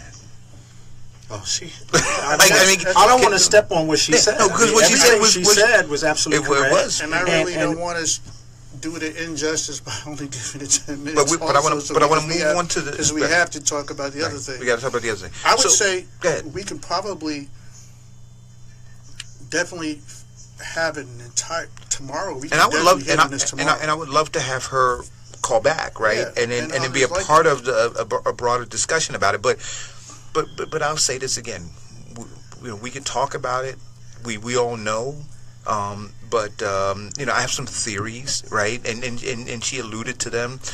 She talked about the house Negro and the field Negro. And I don't remember who it was that told me about the there's another Negro. I mean, yard. The garden Negro. His yard, right. Actually. Yeah, I told you about so that's a whole private discussion. So that's a whole nother discussion, right? But that is happening, and what we need to understand, I think, above everything else, is that the enemy that we were always taught was, just this white person, right? We always told, this white person, this system, this whatever, that there are folks who look like us, who don't have our best interests at heart, don't have the best interests of the community at heart. We need to. I think she was spot on, and I think that I'm happy that she called. This whole macro discussion was very appropriate. Yeah, I think we're going to definitely expound on that more. Yeah, I was very impressed with her. I mean, we actually should talk about. We could listen. These are organic conversations about different issues that are affecting our personal lives, our communities, our government. I mean, these are very organic, and her calling in and giving this. Leading us in this discussion about being the micro and macro is something that we don't often talk about in our communities, because we get mired in everything that she said about the competition of resources, the competition against each other. But one of the things that we don't do in our community is that we don't hold our leadership accountable. There we go. That to me, and you have to personally do that on your own in your community. And I like the fact that she talked about the soldiers in our community. The soldiers can represent so many different people. It can represent, listen, I consider my friend DeLacy Davis to be one of the greatest soldiers and one of my dearest friends, right? I consider the guy that's going to college and trying to get a good education, come back and empower his community, one of the soldiers. I consider the guy that's out there selling drugs that can't figure out that's not the way to go, but that might be the only resource he has in his life. We need to get to that soldier too, right? So I think that she was very spot on, and I was very encouraged by her conversation. And I know she's out there doing. I could tell she's out there doing it. Right. She's talking to people. So she's actually walking the walk rather than just talking the talk, which a lot of us need to stop being reactionary and getting back to being more proactive or more revolutionary. But and that also on a macro sense and in a micro sense, the education thing that we're talking about is a definite major component and part of that. It's a huge because she even touched upon that, because a lot of what we don't have, when we don't have a proper foundation, we don't have a proper foundation of who we are and where we came from. If our foundation starts from when we got to this country, and we have nothing else built prior to that, then we're not really standing on the strongest of foundations. There are many other cultures and people who you see their children at a very young age not only have an idea about their culture, but they speak their native tongue as well. And we, unfortunately, we've been detached from our native tongues, and we had several, but at least we have to have something more connected with our own culture and understanding how important that is. And that's one of the things that Dr. Umar and other people are talking about, trying to have these schools, because we have to talk about the curriculum that's being taught in schools as well. We're talking about education. We need to also talk about the miseducation that goes on within these schools. It's just the same, I think it all starts at home. Absolutely. I'm not expecting a system that was. I'm not expecting a system that was not created by me to educate me. That's just absolutely. So when I was growing up, it was my community I grew up taught me. Dr. Vincertima, Dr. Clark, Dr. Bing, Dr. Rashid. I could go on and on and on and on. Absolutely. And I was afforded those opportunities to hear those great, theologians or African theologians talk about the history of who I was, right? From Malcolm to Martin to Megger on down. So, it is not, it is our community that our community should be doing that. Hey, caller, thanks for the call. What's up? Thanks for the call.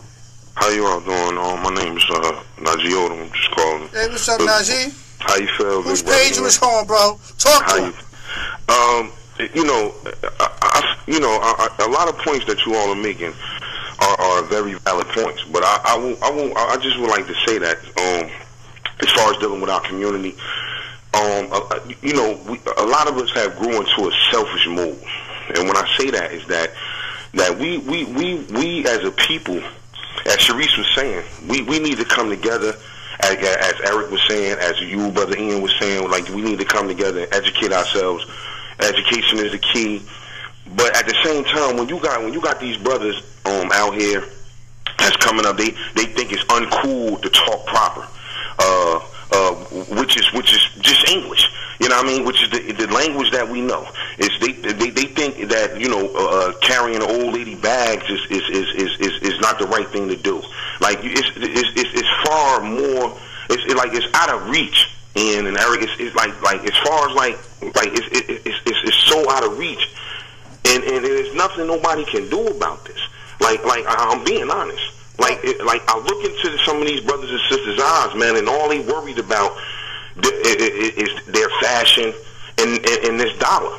That's it. All right. Well, Najee, thanks for the call.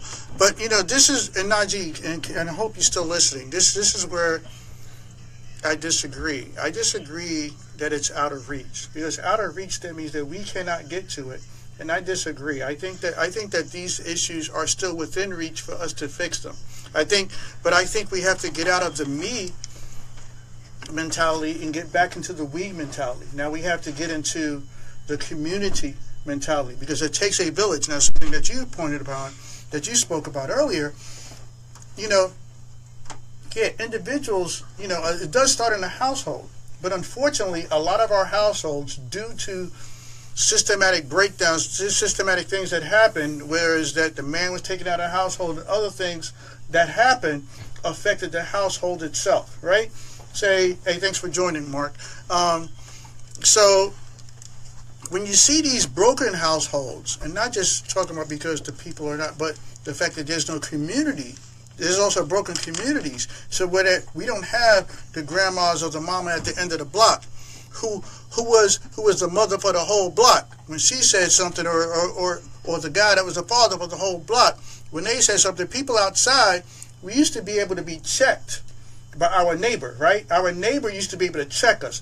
Hey, you stop doing such and such, and they used to be willing and had the courage to do so because they knew they could. Nowadays, unfortunately, a lot of our misguided parents are like, don't talk to my child like that attitude, and I've seen a lot of things escalate because of that.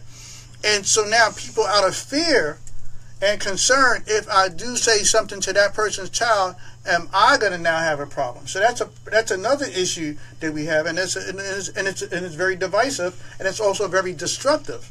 So these are some of the things we got to get back into, the community aspect and the community responsibility. I have as much responsibility to make sure that your child succeeds as you do. So that's why I got on your child's behind. That's always been my response to a parent, to be like, why are you talking to my child like that? Because I want to see your child succeed. Now, I put them in the position like, how do you argue against that? I want to see your child succeed. That's why I said that.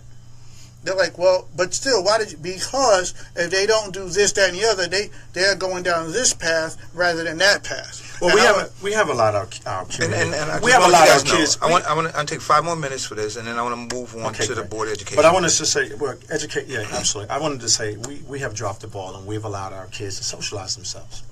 And you know, until we accept that and deal with this whole macro and micro issue, and what this young man just said, you know, he doesn't see the shift in our community's thinking, and it's because we've allowed our children to socialize themselves. Right. So our church, our nonprofits, our block associations, all of those things, that safety net was broken. And then those kids went out there and they started defining what they think the social fabric of a family is. Mm-hmm. You know, and that's sad. And I think that it is all our responsibility, like you said, Ian. And, you know, but we have to identify that it is a big issue. We've allowed them to socialize themselves. And if we come together by using this show, right? We have to reconnect. And using the show, and what you're saying, Ian, using the show to communicate that out there. And if one individual or several groups or several women, several men get together to just do something for a small group of kids, it makes a big difference. Right. So I get it. And we can take back our communities a block at a time if necessary. But we have to be willing to do the work. And talk about socializing themselves and all that. And I get what you're saying. But we have to understand the impact on social media in that, and a lot of, not just social media, but television. I mean, think about the fact that when we grew up, how many channels, think about it. Some of us who used to remember turning that channel like that, sometimes some of us had to use the darn pliers. How many channels did we have? Our TV had up to 13. We had maybe channel 2, well, no, that's channel funny. 4. I was talking to Osman about that the other night. I said, you know what? TV used to go off. And TV used to go off. Remember that guy? He used to go off. And then in the morning, it would come back on with the national anthem playing, right? Absolutely. And TV was back on. And then we only have one television in the house. So there's a lot of, and like you said, Kevin, we allow them to, even in our homes, we allow them to socialize themselves. We put televisions in their rooms. We don't sit down and talk to them, right? We don't engage them. But not only do the kids have more things that distract them, and also separate them from knowing how to socialize, because now they don't have to play together. They can play with 2 fingers, 2 thumbs on a video game with somebody across the ocean and think they're actually playing with somebody. So we have to get back to, and like I said, I'm going to drive you guys to this clock because I want to get to this other thing. So, last point. Go ahead. Only because we as parents and adults as well have become distracted with the social medias and the reality shows and the other knucklehead nonsense as well. So that combined with our extended work schedule, because we can't just work a 9 to 5, we have to work 9 to 5 and then a 6 to 10 to make the same ends meet that our parents made, along with the all-day 24-hour distractions that our kids can have access to videos, YouTube, and all these other social medias. It makes it more difficult. That's why it's even more important today that we have our communities. We need our communities. We don't have communities right now. We don't have communities right now. But we need to rebuild our communities. We need to build a community. We don't have a community. And I'm convinced of that. We have blocks and blocks of houses and apartments and things, but we don't have community. And I think that the biggest problem is that we begin the conversation by talking about what we're going to do with the community. And then that's when we fall flat, because that's like building a house starting at the 2nd floor. See, you got to excavate first, right? You got to build a foundation, and that's the community. That's we what don't we need have to do. Now, so let's touch upon this education, because we really wanted to. But before I do that, I got to correct somebody. Because when somebody Osman came in a thread, and he said that most people, because I threw that out there about Aaron Hernandez, right? So he said most people with CTE kill themselves and not other people. I just want to read down a quick bulleted list so that people understand. It says somebody here are possible signs and symptoms of CTE: difficulty thinking, right? Cognitive impairment, impulsive behavior, depression and apathy, short-term memory loss, difficulty planning and carrying out tasks, emotional instabilities, substance abuse, and suicidal thoughts or behavior. So, I'm going to say, I'm not saying that what he did wasn't horrific, that he shouldn't have been punished for it. I'm saying that the thing hasn't ended. And I'm not saying you're incorrect about that. All right. So on to this education thing. Yeah, because we're never going to get there. Okay. So I want to start off by reading what I posted on my page, because I think this is how serious it is, folks. I said right now, this is happening in Newark. The parents are like the militia in an army, right? And you're being called up. I'm asking you to come up and fight to protect our children from those who have willfully conspired to promote mediocrity. We talk about the mediocrity in our community with implicit intent to gain political power and for personal financial enrichment. We have an election that's coming up. There are 14 people who are running. 22 years, Kev, since local control? Yeah, 22. Right? Roughly. So everybody is talking about this idea of local control, controlling $1 billion budget, managing the education of 35 to 38,000 children, determining the future of generations to come in Newark. And we need to have an open and honest conversation about what these candidates have said. Over the last couple of days, we've played clips talking about, that gave their insight on budget, their insight in terms of, generally how they see the school system moving forward. And, I'm going to have some more clips to play regarding what their thoughts are on policy. Yeah. Well, listen, first of all, I got to tell you did a great job this week. Education Week has been fun. I haven't been on the radio this long in my life, and I really enjoyed having a conversation with the listeners and you about what we think is important. But a couple of things happened last night I want to talk about. At the council meeting, I don't watch the council meetings because it's very difficult for me to do, but the young man, Donald Jackson, got up. Board member. Yeah, board member. Got up. Young African-American male, got up before the council and spoke about the seriousness of the budget hearing that they're getting ready to have in the next couple of days, if not tonight, tomorrow, about the budget. of the school board, and he talked about the seriousness of it. He talked about how he asked his community to be more involved in the education debate, and he talked about the seriousness of this election. Now, you know, I'm very happy that a young African-American male saw it important enough to go before the community, go before the council, and talk about and educate people, because he is a board member, about the importance of the budget meeting that's going to be happening and the importance of what local control really means. So I thought that was good. I wanted to commend him on that, because he didn't have to do that. Oh, you weren't there? No, I wasn't there, but I heard about it. How many, did they tell you how many people attended? Well, no, it didn't happen. The meeting didn't happen yet. But we was asking people in the city of Newark. No. At the council meeting. Oh, no, I don't know how many people were there. But he came and spoke. He used his time to talk about the most important issue facing our community now is this education debate, the budget. And I think a lot of it has to do because of what has happened. Right. I think a lot of it has to do because we are now making this an important issue. We're talking about it. We're pushing back. We're fighting against mediocrity. We're fighting against status quo. We're fighting against the backroom deals that got, 5 mailers financed, from a group of philanthropists and the administration that got together to say, look, we're going to keep, we're going to push back, this whole aggressive movement to get better people on the board, and we're going to buy into status quo, right? So I give him credit for that. So we have to support a young man like that doing that. And then I think Donna Jackson and Cassandra Love got up and said years ago we used to all come in the room together to discuss who our board members are going to be.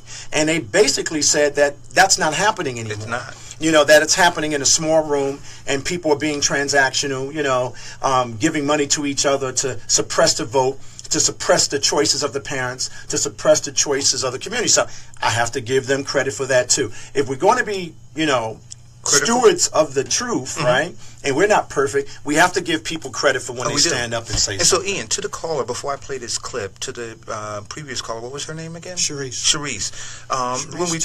When we talk about what to do, and I believe that you're correct, Kevin, there is an intent to suppress the vote in our community, and to suppress our consciousness and of our consciousness is true. Well. I agree for our kids. And so we need to be we need to be good stewards of passing out information to people so they can make informed decisions. And so, with that being said, I'm going to play the clip from FloJo, who's running for the Board of Education, when she was asked a question on policy. Ms. Johnson, thank you. Okay, once again, my name is Felicia Johnson, and my ballot number is 815. So one thing that I want to work on when I get elected into the Newark School Advisory Board is I want to focus on best practices. So I believe that some things are given that should be shared. So, and I'm going to use a couple of examples. Just recently, a student of my alma mater, Arts High School, was accepted into Harvard University on a full scholarship. That baby goes to magnet school. Just last week, a young lady at Shabazz High School got accepted into Princeton on a full scholarship. So all throughout our city, these babies are getting into college. Charter schools, traditional public schools, what practices are they doing at these schools that's helping these babies rise up and above? So that's something that I want to cultivate within our culture and within our community. Another example, I went to a forum in the South Ward last week, and somebody asked me, what can I do to keep kids in the traditional public school system? And my answer to him was, I can't make anybody keep their kid anywhere they don't want to be. It's the parent's choice. But I told him I could. My son likes to play basketball. He attends North Star High School. We all know that the charter schools don't really emphasize athletics as much as they should. So I can say to you, okay, your baby likes to play basketball. We know that Central, we know that Shabazz, we know that Westside has an awesome team. But if your school offers that sport, you have to play it at your school. So that's one way. That's the best practice in a sense, so to say, too, because they can share their experiences with their athletic department and bring it into another division of the schools. So, in my opinion, I want to see happen is best practices, shared practices throughout the city of Newark. Okay. Now, okay, I'll let you before I. Yeah. I don't even know where to start with that. I'm going to tell you. I'm sorry? I wasn't sure where to start with that. Yeah, I listened to that about 5 times. Yeah, I'm going to say if I'm a parent and we have all of these issues in the school system, and I'm trying to figure out whether or not these board members are going to be able to look at existing policies and make decisions and guide the district in a manner that's going to be beneficial for my child.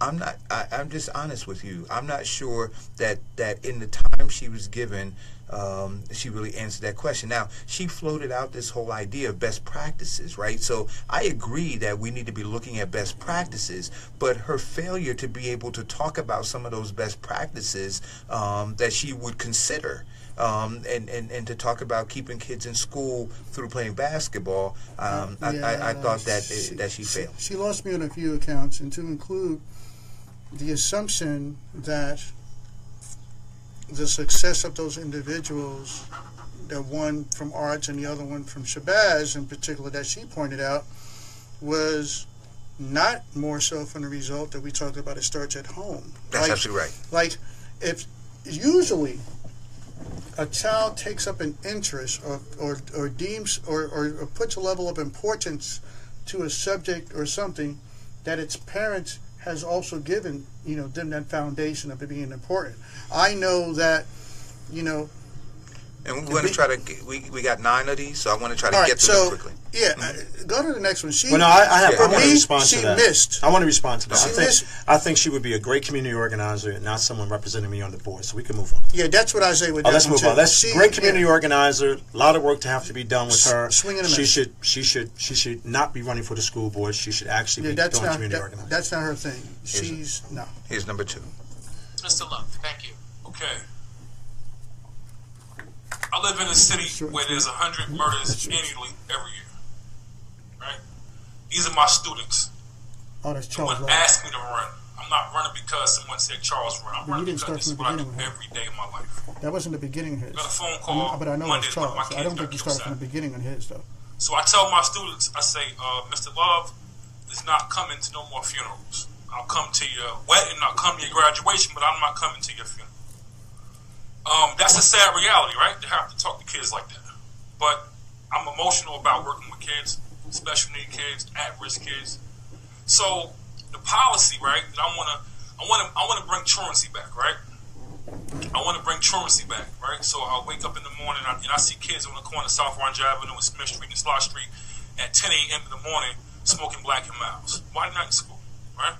So when I thought about One Newark, right? To me, because I grew up in the country of Newark, I didn't go to a magnet school. Today, Science High School is almost an exclusively Hispanic school. And nobody got a problem with that. Right?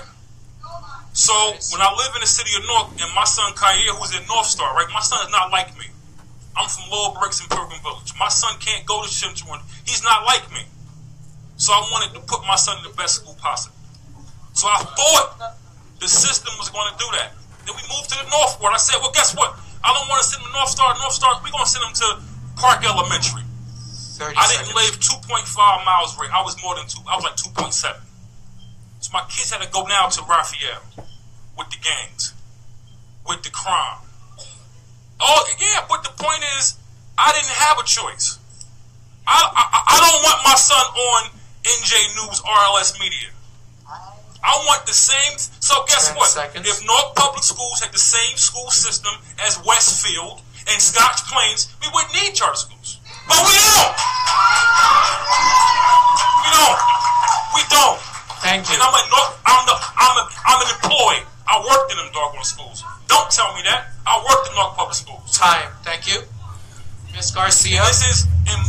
Garcia. This is gang culture. This is the same thing we tell our kids not to do. It's gang culture.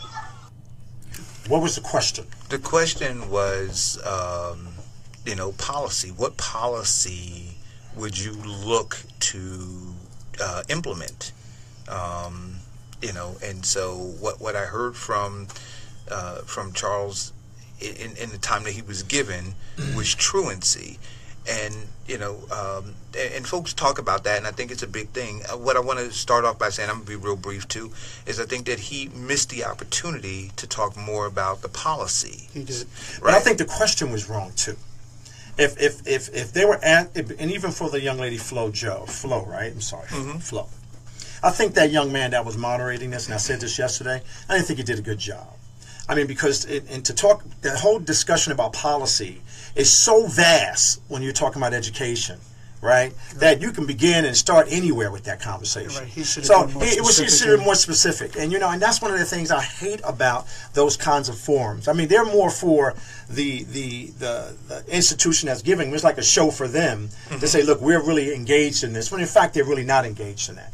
And if they really wanted to do it well with 15 people, they should have had them write something about what they think is important for education, the how that we talked about, as opposed to what they've given the opportunity to do that on. I didn't understand that. I mean, so I the flow and the Charles and all of that stuff, it was just too wide open. It wasn't very specific enough for me.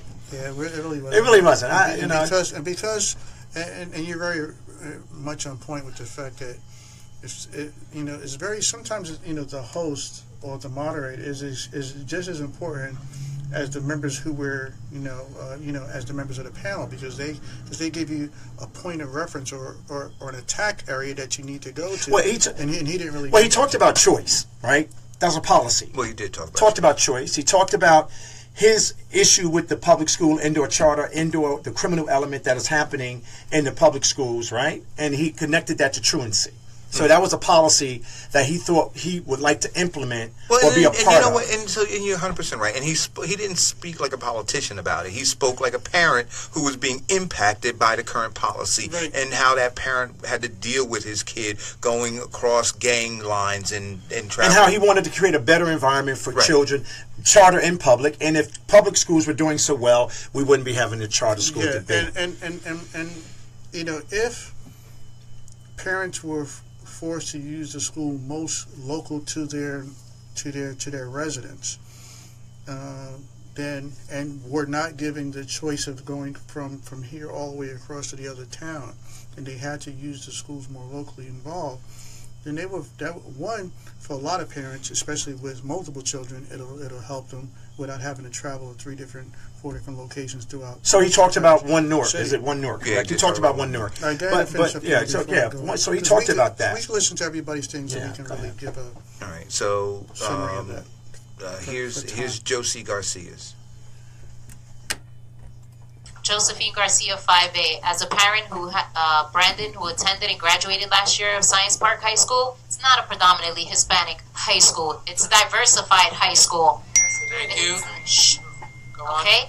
My topic was local control. Local control. Gaining and maintaining local control to ensure that we continue to place quality principal and teachers, that we continue to work with our parents and community leaders to improve the quality of education for all Newark. Local control means more responsibility, commitment, and dedication to all Newark residents. Together we can make that difference. The district is transitioning back to local control. First thing is that Newark needs to find a great superintendent that will move Newark schools forward academically. If elected to the Newark School Board, I will fight to ensure that we pick our next superintendent. Can I say something about that? Let me just say something. First of all, I live in the neighborhood. Did you say she was reading? Yeah, of course she was. But a lot of her stuff that we've heard thus far, she was reading from a script, right? The local control is a part of the script, is a part of the theme. Everybody's talking about local control. But let's get back to the Science High complex. I live in that neighborhood, right? And predominantly, I mean, we can't say the word Hispanic, but the predominant ratio of students that go to that school don't live in that neighborhood. They probably live in Newark somewhere. They're all carpooled there. It's a regional school, and majority of them are Hispanic. I live there. And my question is, I want all of our schools to be that way. So I live in that neighborhood. I walk past that school every day. You want them all to be Hispanic? No. I want them to all be high-impact educational environments, right? No, absolutely. I got that. And so her what she was saying was, she jumped on that, to qualify the fact that it's more of a global education environment, which in fact it's not. It is not. That's a specialized school for specialized kids, and it is a public school. So if I lived in that neighborhood right now, and wanted to get my kid in that school, I couldn't. I couldn't get my kid in that school as a taxpayer. And those kids are carpooled all over. That's a regional, basically a regional high school, but I would suggest and say that it's a statewide high school. So it is predominantly Hispanic. It's got some kids of color in there, African American kids, but majority of those kids that I see going over to the subway, majority of those kids I see walking past my house, that, you know, it's enormously diverse, but majority of the kids in there are not African American. And so when we talk about her most important policy, and why do you think that is? But here's the issue. We got magnet schools, we have charter schools, we have independent schools. There's a number of reasons, but that school is more regional. I mean, there's probably some policy that drove that decision to be made. I can't speak to that, and we should ask that question. But at the end of the day, on this local control issue, when you hear what she's saying, local control is an issue, right? And she talked about finding a great superintendent. Local control is an issue or policy? Well, it is an issue and a policy. The issue is that we want our schools, we want our community to have local control, right? But when we get local control, what are the policies going to drive it? But at the end of the day, when you hear her, she's reading from a script. Yes. Right. So here's Phil Sellinger. Mr. Sellinger, we could reconstitute. Thank you. Okay. We owe Mr. Sellinger our respect, please. Thank you.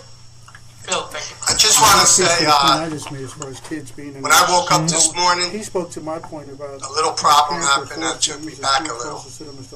But I got on my knees and I prayed to God, and He got me back on the right step. But I didn't know I was going to need it this much tonight. But I guess I do, and I feel really great. But I'm with dismantling the A1, the Newark program, because I know parents that called me, had their 3 kids in 3 different schools, and the mother went to drive them all to school. She lost her job. So it's like all over the city. It ain't only in the east, the west, the north. It's a terrible program, and there was only 3 board members that voted it down. And I just want to say I'm going to vote it down again, and sooner we get local control back, that's going to be one of my main things. A child should go to school by their house. You have grandmothers that take the children to school, and they can't do it because it's 2 miles away. It's a sin, and it got to stop. So when we take over local control, we're going to be able to dismantle it. You can't do it right away. It takes a little time, because you can't just say everybody go there and go there. But as a board member, I was against it, and if I get reelected, I'm going to be against it again. So remember, vote A2, A7, A14, and we'll have a great year. Thank you very much. Okay, I'm going to spend 20 seconds. So you want to dismantle it, and then you want to replace it with what? I get that he says it's going to take a little bit of time, but he's voting against it. And I'm saying, what are you voting for? Want to put kids in the schools in their neighborhoods, but if those schools are failing, what are the options you're leaving with parents? Those are 2 different questions. That was a policy. They were supposed to have been a policy response. Right? And he gave one. He said to dismantle One Newark, which and is he a talked policy. about the impact of One Newark. And that would be his policy initiative that he would be engaged in, right? So he did address the policy. But here's the issue. Why are we still talking about One Newark when there was an effort while Cammie Anderson was in office, right, to get rid of One Newark, when they marched those kids back and forth up the street, when they used Cammie Anderson as a political football to get elected, right? When they said that she was the worst person on earth. And then when Surf came in, it all went away. Why is that? Why is Newark still having this One Newark discussion when, in fact, majority of the people in the city and the majority of the leadership that was newly elected said they were against it? So why didn't they move on the dime, and why aren't people still pushing against that, the ones that use education as a tool to get elected? Right? Why aren't they dealing with that issue? Why is that young man still talking about One Newark is the question I want to ask. For the listeners, Kevin, just give a brief summary on what One Newark is, please. Well, okay. If you've been listening to the show, One Newark is real simple. It's One Newark. All of these kids are what he just said. Kids that would used to have the ability to go to school in their districts, right, now are being shipped all over the city of Newark, given the perception that we have a unified system. Right, and that's having an economic impact on these communities. That's a real simplistic analysis that I can give. Okay. But why are we still talking about it? Why are we still talking? So here's Deborah Terrell. Dr. Terrell. Deborah Terrell, 810. Alright, so I want to say One Newark because I know a lot of the parents want that, but I would want to say attendance as it connects to One Newark. So that's the policy. It's almost really two policies. The One Newark policy, its purpose was to fill seats in schools. Parents were given a false sense of security saying, your child, you select 8 schools, hopefully you'll get your first, second, or third. Didn't get it. For that reason, that has caused an attendance problem, especially in our high school students. 50% of our 11th and 12th graders are not going to school. These are the students that we need in our city. One Newark causes siblings to be separated. Why should a parent with more than one child have to attend 3 different schools? What's that separation? What is that about? Why do our parents have to choose between money for transportation or money to buy a uniform? That's One Newark. So that's a policy, and people talk about dismantling it, but we may have to look at how do we improve it? How do we at least ensure that a parent, your child, will go to the school that you want and all of them will attend there? Because a lot of the times parents have to pick up their kids early so they can get to another school. Sometimes a parent is sick. They can't get to school. So attendance coupled with the One Newark enrollment policy, it doesn't work. Parents are sitting in rooms waiting and waiting and waiting. It's not fair to parents. It's not fair to kids. They're not getting to school on time. If they're not staying in school the entire day, they're missing out on their education. And I always say, one day absent from school is a day lost of learning forever. Thank you. So I'm going to say this, and then I'll give you guys the mic. Here's the study that says by 6th grade, chronic absence becomes a leading indicator that a student will drop out of school. Well, and that's again obviously direct connection to home life, right? Because the parent, you can't just be absent from school if there's a parent on your back to make sure that you better have your behind in school. There's none of that, and I can speak from experience. And I'll try to be as brief as possible because of time. When I was 10, 11, and 12 years old, initially I started out living with my mother until I turned the age of 13, and then I lived with my dad. The difference was living with my mother at 10, 11, 12 years old, I was allowed to come home 10, 11, 12 at night on school nights. And when I moved with my father, he had these things called rules and regulations, as in you better have your behind home before it gets dark. And he ensured and he checked to see if I did the work that I wasn't previously asked to check when I was, previously, to make sure I was doing the work I was supposed to do that the teachers gave me, etc., so on, and make sure, and got on my case when he says, "Why were you late?" I see 3 late, and he says, "You better not be late again."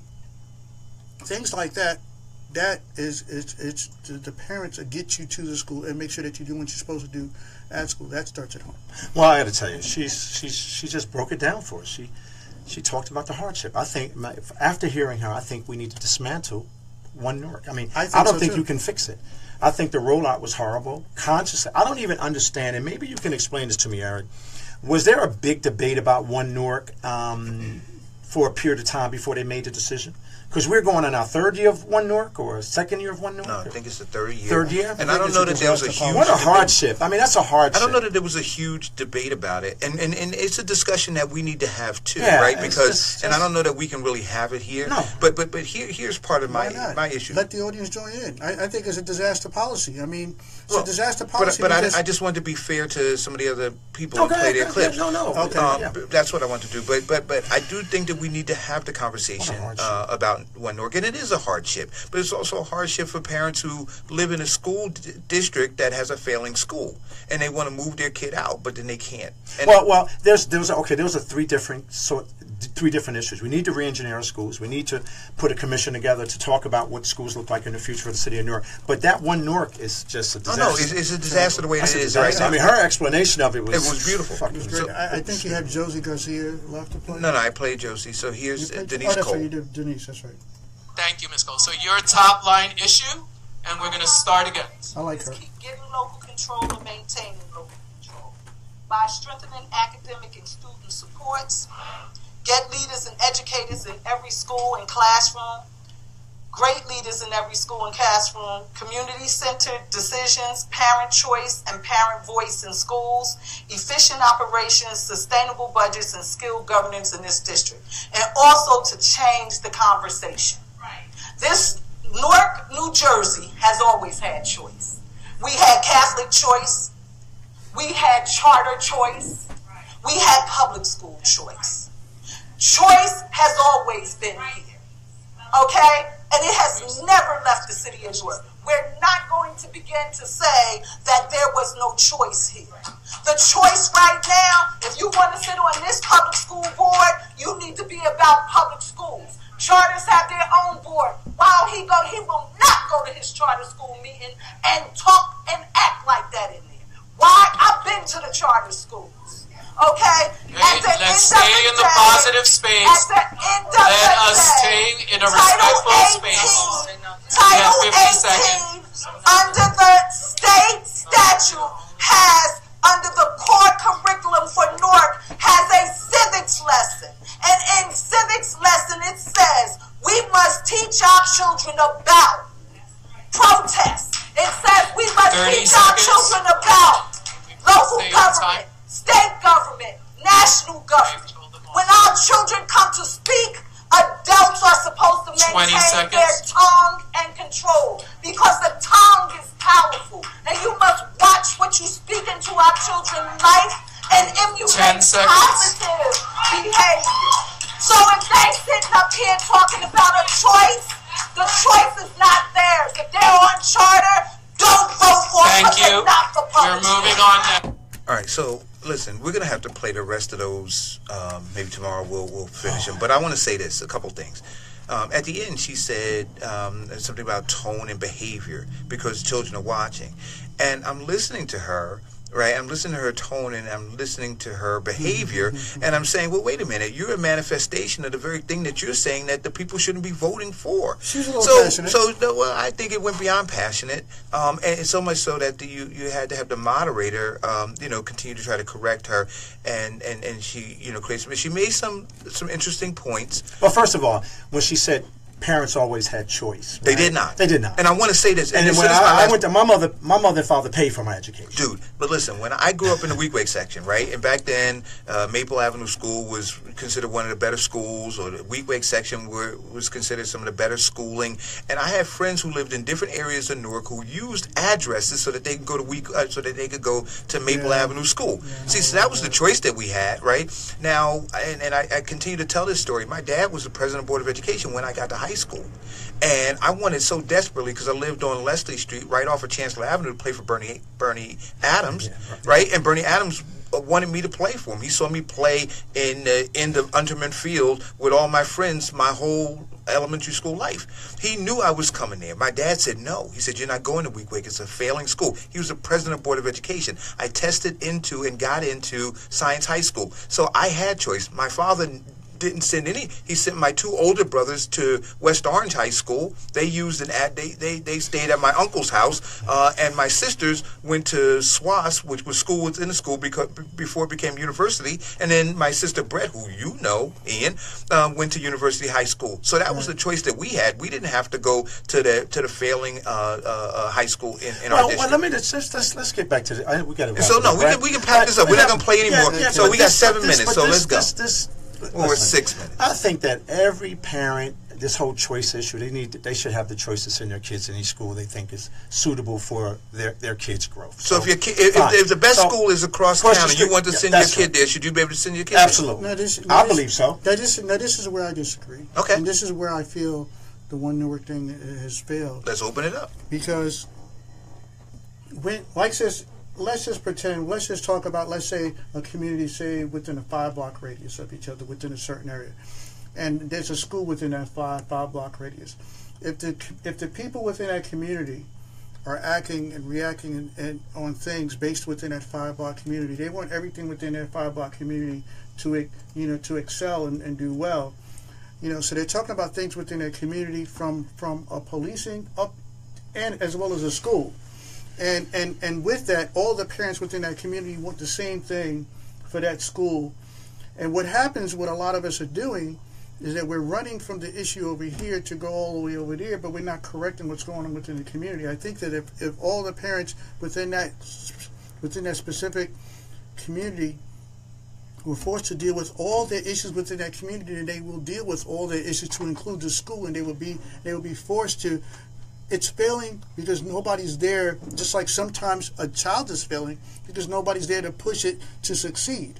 So I think a school is failing for the same reason in some cases, because the people aren't there behind it to ensure its success. So the school is failing. I live there in that community. What should I do with my kid? Well, I don't think you should send them to a failing school. That's my question. But the majority of the political families in the city of Newark always had the ability to send their kids to the best schools, so they had choice. The people that did not have that influence in the city of Newark, that couldn't pay for their children's education, they didn't have that choice. Okay. Right? Wait a minute. But all of the kids that go to charter schools, right, in the city of Newark, they live on the same blocks as the other kids that are going to failing schools. Right? I would hope that all of our kids are able to go to charter and or a good public school. I see them all as one integrated system that's empowering our children. The problem with the charter school debate has happened. It's always been a separate. It was segregation in a sense. You segregated these kids in the school, and you said these kids are getting a better education, but you're using public funds, and you have the access to get private dollars to do whatever you need to do as it relates to your programming. And then the public schools, you divest from those kids, and they don't have the same opportunity. Well, that's not fair and equal. Correct? I get that. So we need to fix that. But all of those kids that go to charter schools are kids that live on our block, right? But look at this. In Science High, that is a public school that doesn't represent charter or indoor a traditional public, if you ask me. Right.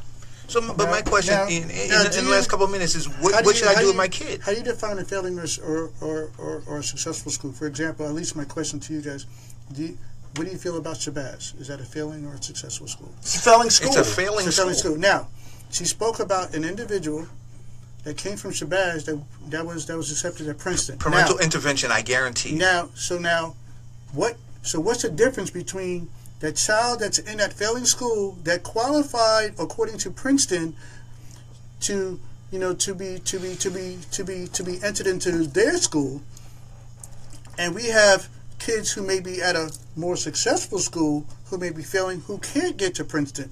And I say it's because of community and or what's happening at home as well. So you know what I'm going to say to you when you answer when you raise that, right? Listen, I could drive through a desert, Ian, and I could see a rose growing, but I'm not going to plant a bushel of roses in a desert. So I'm gonna look at that rose that's growing in the desert, and I'm going to be amazed by it. But that's not going to be the standard for growing roses. No, but my point is that your child, because of your parental involvement, will also be eligible, probably will make it to a Princeton.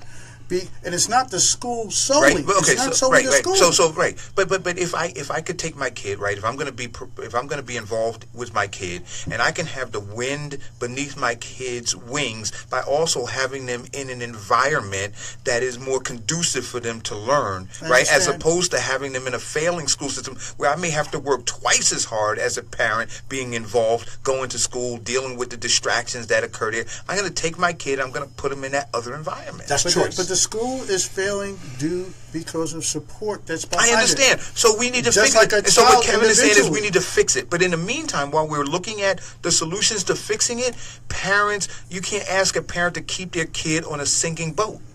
Can't. You cannot do that. And you know what? This and I heard her.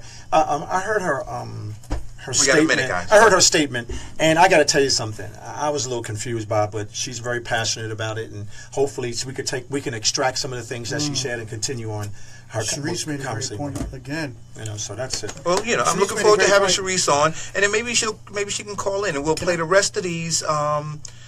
We don't have time today, but we'll play the rest of these for the policy piece. And then at the end, there was one more segment that these folks were asked to weigh in on, and it was what was the priority for them. And so that's going to be really interesting to talk about as they look at regaining local control, as they look at this failed district right now, as they look at the tumultuous situation there between charters and traditional public schools and magnet schools and this private school that sits there called Science Park, right? Which is that's a private school. It's a private school. But as they look at all of that, I'm curious to hear what their priorities were. But you know, we're out of time today. Education is a tough discussion. It is a tough discussion. We're out of time. But this is Ladies Eric. and gentlemen, this is Kevin. And this is Ian. And thanks we're for tuning in. Out. This has been the Eric Dawson Radio Show. It's not just about Eric's opinion. It's about understanding what's really going on. Tune in Monday through Friday, 10 o'clock a.m. Just continuing to talk about what elected leadership isn't doing without talking about the people who elected the elected leadership and what they're not doing to hold them accountable and or replace them. I think that I'd be doing you a disservice. Right here on 94.3 FM. Flash Radio. Yes, y'all. Make it don't stop. Flash Radio. It's 94.3. Reggae. So, dance I'm hall. going to take this. I'm going to continue what I did after the show. This is my little hip-hop and R&B. show conversation with everybody who's been African. listening in.